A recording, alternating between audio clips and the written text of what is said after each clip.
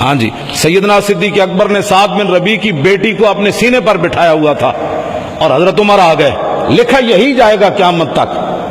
تو حضرت عمر نے کہا یہ کون ہے جو آپ کے سینے پر بیٹھی ہے؟ فرمایا عمر تجھے پتہ نہیں، یہ سعد بن ربیع کی بیٹی ہے جس نے میدان احد میں جاتے ہوئے بیٹیوں کی بات، 2 ہی بیٹیاں تھی آپ کی، بیٹا تھا ہی نہیں سعد بن ربیع کا۔ تو جب زید بن ثابت کو رسول اللہ نے بھیجا کہ سعد بن ربیع کی خبر لے کر آؤ، تو وہ زخمیوں میں پڑے تھے، فرماتے ایسے ان کی آخری روح نکل رہی تھی جیسے بھٹی کی آگ جلتی ہے نا، اس طرح آنسو کی۔ تو میں نے کہا سعد کدھر ہے؟ کوئی جواب نہیں آیا۔ میں نے کہا سعد رسول اللہ نے مجھے بھیجا ہے آپ کے پاس۔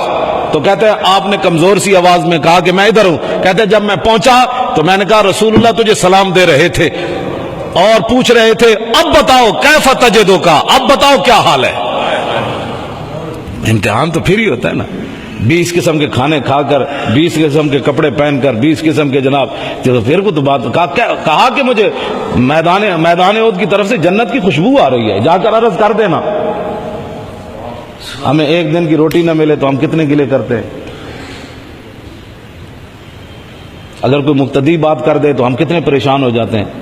آپ کو پتہ ہے حضور کے پیچھے نمازیں پڑھنے والے کیسے تھے؟ کچھ لوگ تو ایسے تھے کہ نہیں جنہوں نے حضور کے بارے میں باتیں کی، تو آپ علماء برداشت کیا کریں، کچھ نہیں ہوتا۔ علامہ سید نعیم الدین مراد آبادی کہتے ہیں کپڑے بدل کر نہ مسجد کی صفائی کر رہے تھے، بندے آ گئے، انہوں نے کہا ہم نے سید نعیم الدین مراد آبادی کو ملنا ہے۔ وہ نہیں جانتے تھے، اجنبی تھے۔ آپ نے فرمایا مسجد کے سین میں بیٹھو، ابھی آ جاتے ہیں۔ آپ نے مسجد دھوئی، ٹوٹیاں صاف کی اور طہارت کی جگہیں بھی صاف کی۔ پھر اس کے بعد آپ غسل فرمایا، نئے کپڑے پہنے، پگڑی باندھی، اور وہ لوگ جو مسجد میں بیٹھے ہوئے تھے ان کے پاس جا کر کہا السلام علیکم، مجھے کہتے ہیں نعیم الدین مراد آبادی۔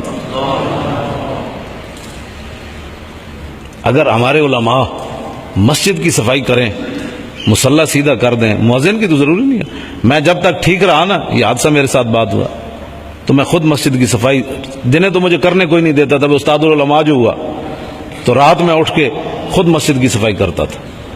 یہ اسی کی برکتیں اللہ نے مجھے عزت دی، ساری صفائی میں خود کرتا تھا۔ اذان سے پہلے تیاری کر کے جناب، پتہ ہی نہیں تھا وہ کون کرتا ہے کون نہیں کرتا۔ جب آپ خود جو ہے اتنے، جب فاروق اعظم 36 لاکھ مربع میل کے حکمران مسجد قباء کی زیارت کے لیے گئے تو وہ گرد و غبار پڑا تھا سین میں، تو تازہ کھجور کی شاخ توڑ کر اپنے دستے مبارک سے اس کی صفائی کی۔ تو 36 لاکھ مربع، آج ہماری وہ اصل قدریں بدلتی جا رہی ہیں۔ اللہ کے گھر کی، آپ جب کسی کے گھر کے باہر کوئی چیز لکھی ہو تو آپ اس میں صفائی کریں، گھر والے لکھے وہ حضرت آپ، تو آپ بتائیں جب رب کے گھر کا آپ کریں گے، مالک تو دیکھ رہے ہیں۔ یہ مؤذن کی ڈیوٹی تھوڑی ہے، مؤذن کو میں نے کروں گا، مؤذن کا نہیں میں نے کرنی ہے، تو پھر لوگوں کو پتہ چلے گا نا ان کو خود دین کی کتنی قدر ہے۔ آپ صبح مسجد کی نماز کے بعد آپ خود اشراق تک مسجد میں بیٹھے تو پھر لوگوں کو پتہ چلے گا نا رسول اللہ اشراق کے لیے بیٹھا کرتے تھے۔ جب آپ خود جو ہے نماز پڑھا کے کمرے میں جا کر سو گئے تو پھر لوگوں کو کیا پتہ چلے گا مولانا کن کے وارث ہیں۔ جب آپ نماز پڑھا کے خود ہی ادھر مطالعہ کے لیے کتاب لے کر بیٹھ جائیں گے تو باہر وہ پھر دل تو اس کے ہاتھ میں ہے نا، وہ دل آپ کی طرف پھیر دے گا۔ جب آپ کو 10 منٹ کے لیے بھی ٹائم نہیں ہے مسجد میں بیٹھنے کا تو پھر کیسی دنیا آپ کے پیچھے چلے گی۔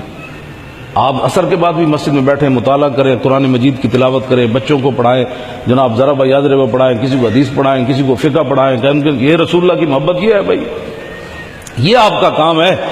باقی رہ گئی روزی تو وہ اس نے آپ کے پاؤں میں نہ بھیجی تو مجھے پکڑ لے گا۔ ہاں جی۔